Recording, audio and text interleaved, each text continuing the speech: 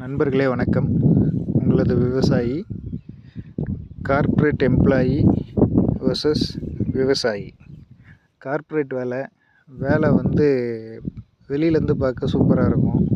உள்ளே பெரிய ப்ரெஷர்கள், சம்பளம் நிறையா வரும்.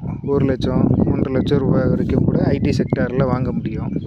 ஆனால் ஒரு விஷயம் என்னன்னாக்க, அதில் இருக்க ப்ரெஷரு, அந்த ப்ரெஷர் சொல்லிக்க முடியாத அளவுக்கு ப்ரெஷர் இருக்கும். ஒருத்தன் 90 வயசில் சாப்பிட்றான்னாக்கா அவன் 60 வயசில் செத்து போயிடுவான். அந்த அளவுக்கு ப்ரெஷர் இருக்கும்.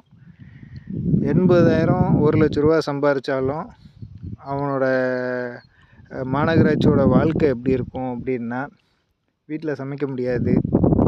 பொண்டாட்டி புருஷன் 2 பேரும் வேலைக்கு போகணும். 2வது குழந்தைகள் மேலே அதிக பாசம் வைக்க முடியாது. டிபெண்டன்ட் சைல்டாக சம்பாதிக்கிற 80,000 பார்த்தீங்கன்னாக்கா பத்தாது. அதுக்கப்புறம் பார்த்தீங்கன்னா கிரெடிட் கார்டு யூஸ் பண்ணுற மாதிரி இருக்கும். அந்த கடனை பார்க்க ஆடம்பரமாக இருக்கும். காரு, வீடு, பங்களா அப்படின்னு ஆடம்பரமாக இருக்கும். விவசாயிகள் டெய்லி தினக்கூலி மாதிரி தாங்க. ஒரு 1 மாதம் நாற்று விட்டு 2வது மாதம் அதை பறித்து நட்டு ஒரு 3 மாதம் வெயிட் பண்ணி அறுத்து போட்டு அதில் ஒரு வருமானம் பார்த்திங்கன்னா மாதம் ஒரு கால்குலேஷன் பண்ணிங்கன்னா ஒரு 6,000லேருந்து 8,000 ஒரு 3 மாதத்துக்கு கிடைக்கிற மாதிரி ஒரு வருமானம் இருக்கும். அது இல்லாமல் டெய்லியும் வயல் வேலையில் ஒரு 200-300 கூலி கிடச்சிரும். இதில் பிள்ளைங்களோட இருக்கலாம், பொண்டாட்டி பிள்ளைங்களோட இருக்கலாம். பெரிய செலவு கிடையாது. கிராமத்தில் பார்த்திங்கன்னா காய்கறி செலவுலாம் ரொம்ப கம்மி.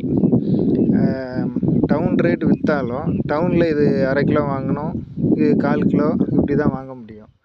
இங்கே காய்களை மிக்ஸ் பண்ணி 20 ரூபாய்க்கு கொடுங்க, 30 ரூபாய்க்கு கொடுங்கன்னு வாங்கி அன்னைக்கு பொழப்ப ஓட்டிடலாம். ரொம்ப ப்ரெஷர் இல்லை.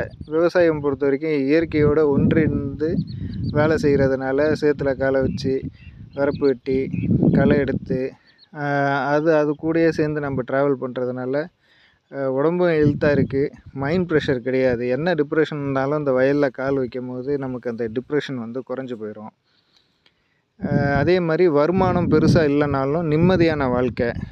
குழந்தைங்க அப்பா அம்மான்ற பாசம், அந்த பாசத்தோடையே வாழும்.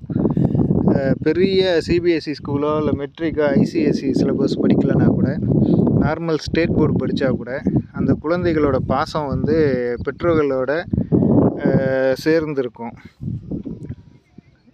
ஊர் மக்கள், சொந்தக்காரர்கள் இவர்களோடு சேர்ந்து நம்ம வாழக்கூடிய ஒரு சூழல். டவுன் வாழ்க்கையில் ஐடியில் இருக்கவங்க அப்படி கிடையாது.